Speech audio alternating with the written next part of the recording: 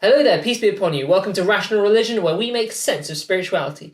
In this episode of Believe You Me, we're going to be asking the question, how do we know if God exists?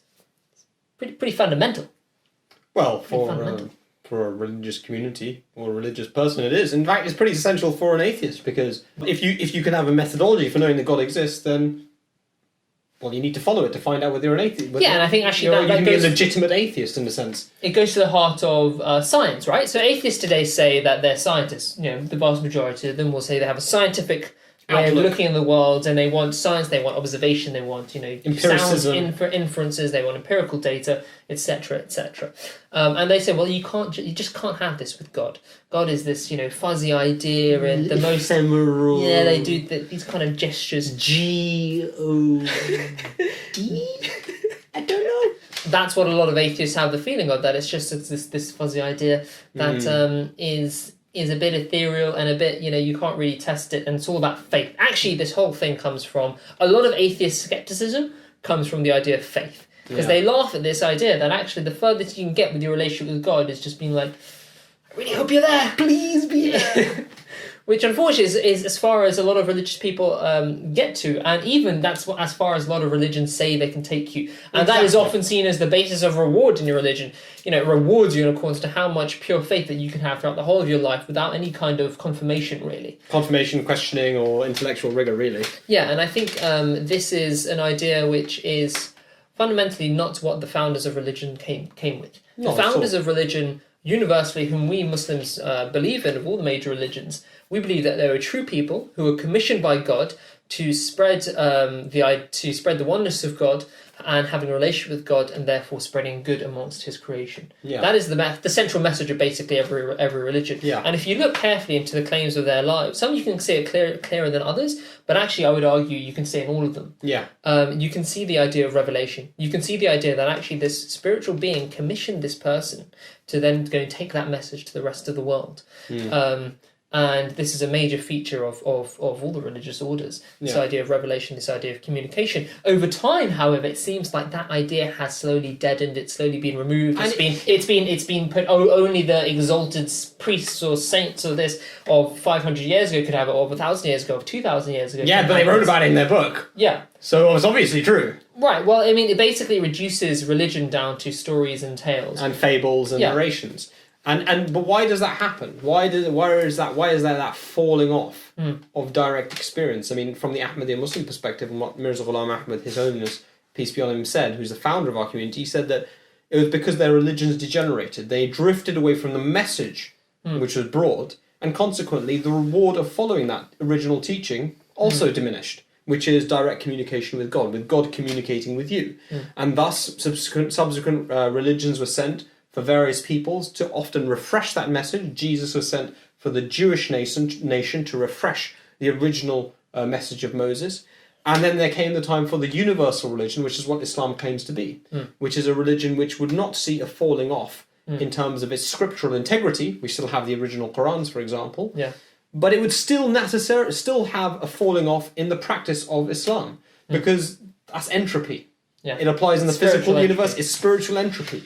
There is a falling off, but the Prophet Muhammad, peace be on him, prophesied and promised that there would be rejuvenators and reformers within the body of Islam who would correct the errors of Muslims, and he specifically singled out one individual who would be like the Messiah of Islam.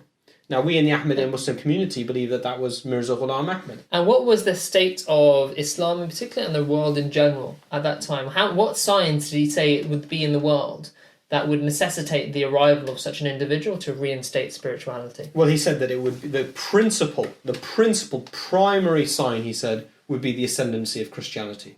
Yeah. That Christianity would become the dominant religion and the dominant civilization in the world at that time. And he made various prophecies regarding that. And he specifically stated that one of the great signs of that time would be that a great nation, which was the Christian nation, he said would have a means of transport. He literally and figuratively described it as a donkey. And he said that this donkey would have 1 foot in the east and 1 foot in the west, right? That it would travel over land, sea and air so quickly that a month's journey would be turned into a day. He said that this donkey would even have seating compartments in its belly into which people would sit, and it would eat fire and breathe smoke. This is literally all in the hadith, in the sayings of the Prophet Muhammad, peace be on him. And it would from the middle 7th century, from the early 7th century. It would swim across the oceans with giant loads on its back. So loads of food and wheat and grain, he said. It's obviously a metaphor for modern transportation in all of its various ways, because that is the great technological leap of our time, isn't it? Yeah, the combustion engine. Yeah. And with that came increasing contact between cultures and civilizations, and then you had a burgeoning of the... And there are various prophecies in the Quran, which if you go to our website, we'll be publishing things as well of that era. Yeah, but the point is that he said that at this time there would be the Messiah of Islam, who would come and who would rejuvenate the faith, who would remove from it its fanaticism and its illogical beliefs that had crept over into it over the centuries. And he would restore it to its pristine purity. And we believe that that was the founder of the Ahmadiyya community. And we believe that he is the prophet of this age. And what does that mean? Well, when atheists will often say to me, they'll say, well, if I was there at the time of the Prophet Muhammad, peace be on him. They don't say peace be on him, but you know what I mean. And, he had a revelation before me, and he told me this or this is going to happen. And then I saw it with my eyes. Who wouldn't believe? It would be perfectly logical to believe. Or if I was there at Jesus, or if I was there at the parting of the seas with Moses, or if I was there as Noah was hammering his boat. Right, and he's saying to the people who are walking by, laughing at him, it's going to be pretty wet. It's going to get pretty wet. Okay, and then it rains like you've never seen before. Like the time of Noah, like a Noah's flood, right? And you'd get in that boat. Who wouldn't believe? For heaven's sake, atheists have said that to me, but they've said, well, if that's true, where is it today? Where is the evidence? And that's what we're going to be presenting for you today. Mm-hmm. Contemporary evidence whereby God has actually communicated and demonstrated himself as existing not only to the prophet of our age, Mirza Ghulam Ahmad, but also to his followers. And those who follow the method which he lays out. There you go. Because the point of religion isn't to be obscure. If a faith is deliberately trying to be obscure and deliberately trying to be obstructive in terms of getting to God, then you can know they're trying to hide something. Okay? That they actually don't have the answer. What do you mean by that? You mean basically if they say that there's no such thing as revelation, it's all faith, if they're saying that it's only the priests of this time or this kind of clergy that can have these experiences. Absolutely. And it kind of, that intrinsically I think a lot of atheists sense that can't be right, because if you're believing in this universal God, then surely we're all kind of equal before this God, and we could all have some kind of equal access to this God. There might be differing degrees. There might be, those who are born with fantastic spiritual capabilities, who are able to receive the full weight of God's revelation. Yeah. But you can't say that there are those who experience great experiences of God's revelation and then other people who experience absolutely nothing. Yeah. So, for instance, your cups can be of different sizes, but they can all be full. Absolutely. Right? Absolutely. And they can all drink to their satisfaction. And it's by following a spiritual method. Because I think this is also something very important which atheists often don't realise. They expect almost God to be, found in the results of their scientific experiments and not theirs, in scientific experimentations, scientific investigations, like he's a physical thing. But if that's the case, then actually the existence of God could only be proved in a specific age, in a specifically technologically advanced country. Exactly. Whereas if you have a spiritual methodology, which is fundamentally prayer, okay, if you have such a method of that, then someone in the middle of the desert in the 7th century can actually become the leader of the world. Exactly. And can actually know God to a much higher degree than a professor in Oxford, not to name any names. In fact, he's much more likely to. Yeah. Because, the trappings of materialism and a materialistic lifestyle effectively often deceive us as to our own limitations. Yeah. And they produce a sense of pride and arrogance in us that what do we need God for? Which is why a lot of religions, all religions actually say that you should give to charity and you shouldn't put your trust in your material things. And I just find it so beautiful that this is the method to get to God. Yeah. Because it's the ultimate leveler. Yeah. Anyone can pray. As long as you have a sane mind, anyone can pray. Exactly. And you don't have to have a certain amount of knowledge. You don't have to be a very learned man or woman. Whoever you are, you can pray, right? You can get down on your knees and pray. As the founder of the Ahmadiyya community said, he said, you just need sincerity and you need patience. And by patience, we're not talking 50 years. Yeah. We're talking a few months. Not on your deathbed, you're like, I think I can see you. I think I heard something. What was that? No. It's just a matter of even just a few months of sincerity. We have a friend who, on our convert story, for example, on the website, who's written about that. He took up one of the main article stories. One of the main articles called "How I Became a Spiritual Scientist." Yeah. And people should go away and check that. But the point of this video actually was to provide people with evidence. Yeah. Right. And that's what we're going to do. We're going to provide you with evidence not only of the revelations received by the founder of the Ahmadi Muslim community, who lived from 1835 and died in 1908, Mirza Ghulam Ahmad.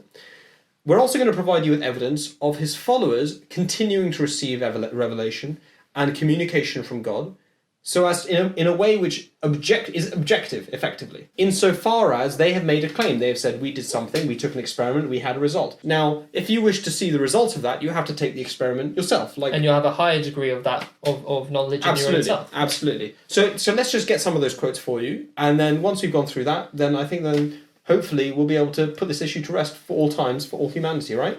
Yes, that's an ambitious goal for a YouTube channel.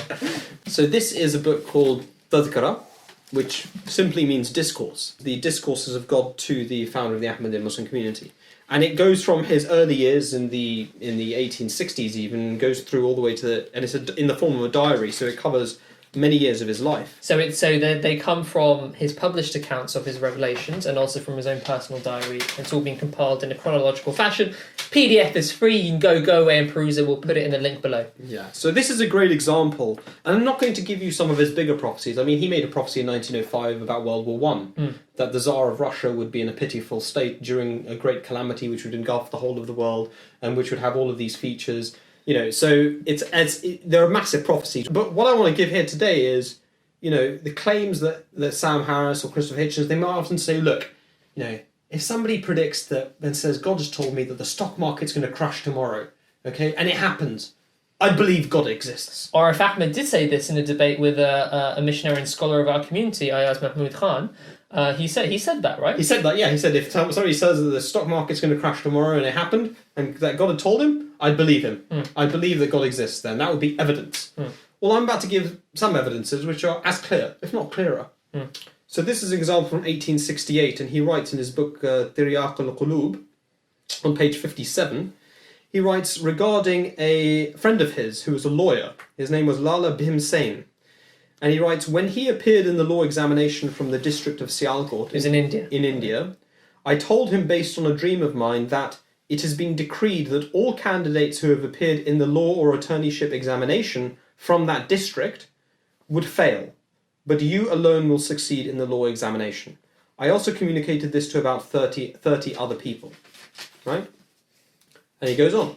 So it came to pass that with the exception of Lala Bhimsen, all candidates who sat for the law or attorneyship examinations were declared unsuccessful. This sign is mentioned in the book Brahin Ahmadiyya, published 20 years earlier. See page 256. So that's an example whereby, I'm taking an exam in November. Imagine there are going to be about 40 people sitting the exam, much like here. Is it possible for anybody to say, this person is going to pass and all the rest are going to fail? And publish it. And tell people and tell all their friends. It's one thing to tell somebody, to publish it, it's not the kind of thing you would do, right? So let's go through another one. Another one is very, very clear. He says here, a person of the name, this is about 1868 as well, and it is published in the book Haqiqat al-Wahi, page 296. A person of the name Sehaj Ram was a reader in the court of the commissioner at Amritsar, which is a city in India. Prior to that, he had been reader to the deputy commissioner at Sialkot, another city, and in those days he was often engaged in religious discussions with me. He was by nature hostile towards Islam. It so happened that my elder brother, who had appeared in the competitive examination for the post of the sub-collector of revenues and had been successful, was staying in my city of my town of Qadian at his home awaiting his assignment to his post. One day, at the time of the Asr prayer, the afternoon prayer, I was occupied with reading the Holy Quran in the upper chambers of the house. At the end of one page, as I was about to turn over to the next, I suddenly experienced a state of vision. I saw Sehaj Ram, the man who had competed with his elder brother for the post, dressed in black, and standing before me in the attitude of great humility and supplication, as if trying to persuade me to intercede for him that he might be shown mercy. I said to him, there is no time left for mercy. And simultaneously I was made to understand by God the Almighty that Sehaj Ram had died at that very moment. But no information had yet been conveyed about it there had been nobody told him in the world. Thereafter I came down from my room and found that my brother was sitting in the company of 6 or 7 people, and that their conversation related to the matter of my brother's assignment to his post, in which he had competed with this Sehaj Ram chap. I said to them, should Pandit Sehaj Ram die, his post would also be suitable. Those present laughed at me for having suddenly announced the death of a person who was hale and hearty. On the second or third day, the news arrived that Sahaj Ram had died suddenly at that very hour. Now that is either true or false, right? But it's a claim. Now we in the Ahmadiyya Muslim community, after reading... This is page 10, 9 and 10. No, 10 and 11. This is page 10 and 11 of 1343. Okay? This is a book of a fraction of the revelations experienced by the founder of the Ahmadiyya Muslim community. But the reason why we know that they're true is not only because people witnessed them, hundreds of thousands of people within his own lifetime witnessed them, millions of people... And he had an incredibly well-documented life as well. He wrote over 80 books in which he documented these prophecies. You know, he died in 1908, prophesied World War I in 1905. So he was dead before the prophecy was fulfilled, for example. And even his enemies testified to the fact, people who later became his enemy because he claimed to be a prophet for our time, a religious reformer, they later said, this was a shining beacon of Islam, and he was completely truthful, and everyone around him knew that he was truthful, and they never once laid the claim at him that he was false and that his prophecies didn't turn out true. But one of the key ways we know that he was true is because by following him, we have actually in our own lives experienced that. Right. And a great example of that is with respect to the continuation of Caliphate or Khilafat, which is a system of spiritual, apolitical leadership in the Ahmadiyya Muslim community, and our Khalifas, our Khulafa. So what is the function of a Khalifa? Is to spiritually guide people. Yes, absolutely. He continues the mission of the Prophet. Completely international, not, as you say, apolitical, doesn't have any kind of political ties to anybody. Absolutely. Is there to help govern your relationships between yourselves and your relationship to God. The Caliphate of ISIS is the complete antithesis of the Caliphate of the Ahmadiyya Muslim community in every way. Our Khulafa, our Caliphs are regarded as beacons of peace throughout the world. I mean, they've given speeches at Capitol Hill, at the British Parliament, at the UK, at the EU Parliament, many parliaments throughout the world, advocating and promoting peace in the world. Now, the election of the Caliphate, the Ahmadiyya Muslim community, is very interesting because it happens immediately after the death of one Caliph, because the post is something which is held till death, much like the Pope in a sense. And the election occurs whereby people who are part of the Electoral College come from all over the world and they collect themselves in one mosque where the person died, where the previous Caliph died. And no canvassing is allowed. Nobody is allowed to canvass at all. Absolutely forbidden. The people nominate, within one sitting, they nominate people they feel should be the next Caliph. And a vote is taken, one vote. So nominate, second, vote. That's it. And whoever is elected is elected. And this electoral college of numbers in the hundreds. Yeah, because it's a principle of Islam that those who really want power are those least deserving of power. Absolutely. So the people who are elected are not allowed to canvass. People who can be elected are not allowed to canvass. No canvassing allowed. Yeah. Because it is and it would disqualify them. It would disqualify them immediately from being a member of the electoral college. So a great thing is that we believe that this is a process which is guided by God, right? That this is a process whereby people are told whom to vote for.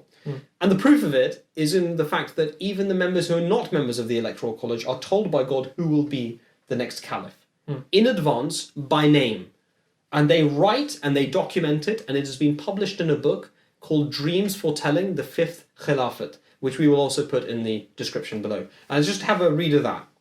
So this is from, and the beautiful thing about this is that our community never tries to hide this. We never try and say, oh, someone once had this. No, names and dates, okay? If you want, you can meet members of our community, you can tell you about their experiences, but we're going to give you some examples here that have been published. So Mr. Jamaluddin of Model Colony, Karachi, writes to the Caliph in his letter dated February 7th, 2004.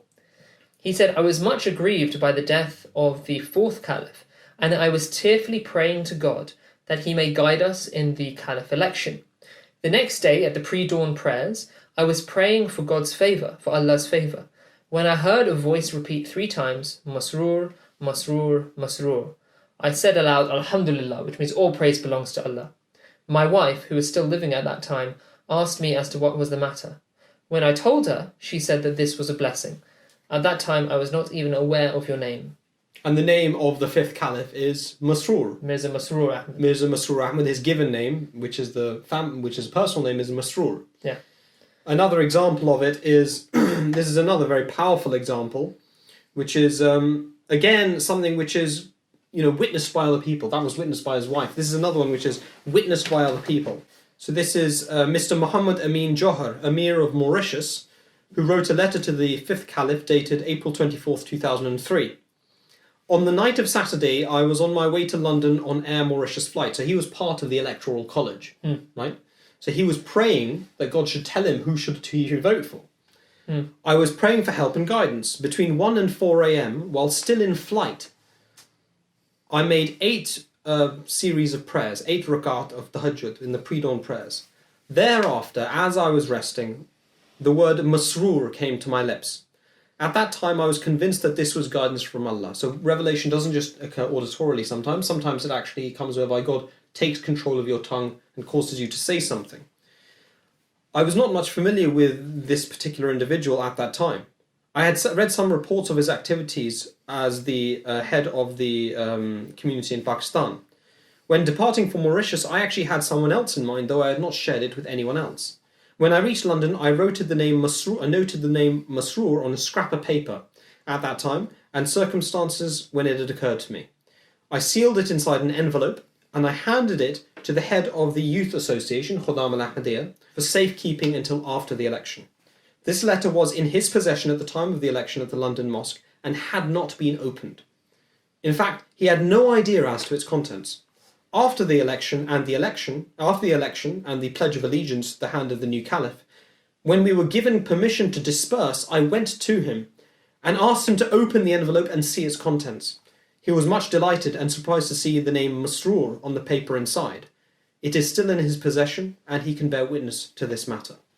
So these are just 2 examples of a continuity of revelation occurring within the Ahmadiyya Muslim community. And does this continuity only exist with regards to the Caliph's elections, or at specific times in history, do we believe? Well, people can get in touch with us, and we will be able to put them in touch with individuals who have had revelations about when they lost their wallet in the airport. You know who I'm thinking of, right? Where he should go to find his wallet.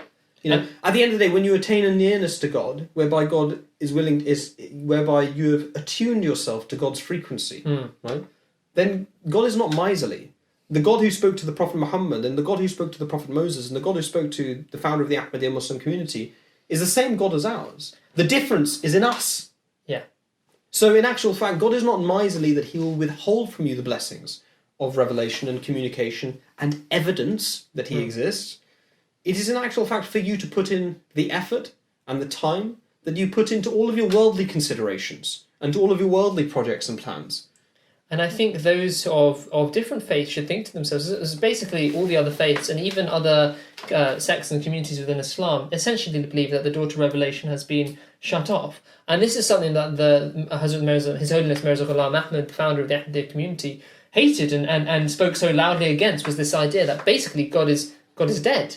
God used to exist and now he doesn't. God used to speak and now he doesn't speak. Well, then how do we know he still exists? Yeah. This is what he always says. He said, rather, God is a perfect being. If he spoke once, he should still speak. If he heard once, then he should still hear. So this was a great proof of God that he put before people. And he said, look, if you truly believe that God spoke in the past, then he should speak now. And there are lots of people I know who are of a Christian faith, and there are lots of great, actually very intelligent and intellectual people of all faiths. But in particular, I think a lot of Christians in the West have become quite intellectual in their arguments. And they often use the idea that God is the perfect being. Right? That God is a perfect being. He is the height of all possible attributes. And yet, they say that God's perfectness is apparently changed. Because in the past, look, read the Old Testament. Look how much he communicated with his followers. And look how that has died away in the modern age. Now, how is that possible? Why is it that God used to speak, but now, if you try, then the most people will actually attest to is, they had sort of a warm feeling, or they had some kind of sensation. Or a dream which really had no real depth to it, no meaning to it, was highly interpretable and could be basically interpreted either way. You follow the path of those who have claimed that revelation, and you claim you can still receive it. Today in the world, there is no community that claims that you can receive revelation like this. Nobody. Right? There's nobody who can say to you, if you follow this path, within 6 months, you will see a sign from God that God exists. That will convince you and satisfy you if you are sincere and patient. There's no other community that can do that. Yeah. But this is the Ahmadiyya Muslim community, and we can. And we can give 2 examples from even our personal lives that we've had. One of them is published on our website. So what was one that you recently had? You told someone last year at the annual gathering. Well, yes, I mean, this is exactly it. I told an individual who came to the annual gathering of the Ahmadiyya Muslim community that he came to me and he said, look, I'm a scientist, I see things... Young English chap. Science student. He said, I see things very clearly, increased mass equals increased force is what he said. And that I want something whereby I can hang my hat on. I want to see that God does exist. That's why I said to him, religion is an experiment. There is a methodology to it. Follow that methodology and see if it works. And if it doesn't, then it's false. If it works, then it's true. But you can't at the same time not go through the methodology and say that it's false. That's a contradiction. That's like saying somebody coming to you with a set of experimental results and you going, oh no, it's false. And they go, okay, well, why don't you replicate my experiment? You go, no, I don't want to do that either. Yeah. That's called bias. It's called prejudice. Very simple. Shut up or put up. That's it. Okay? So that's what I said to him in a much more polite fashion. And he was persuaded by it. He undertook it, and within 3 months he said that he had evidence that God existed. And now God, he says, tells him things that are going to happen in the future.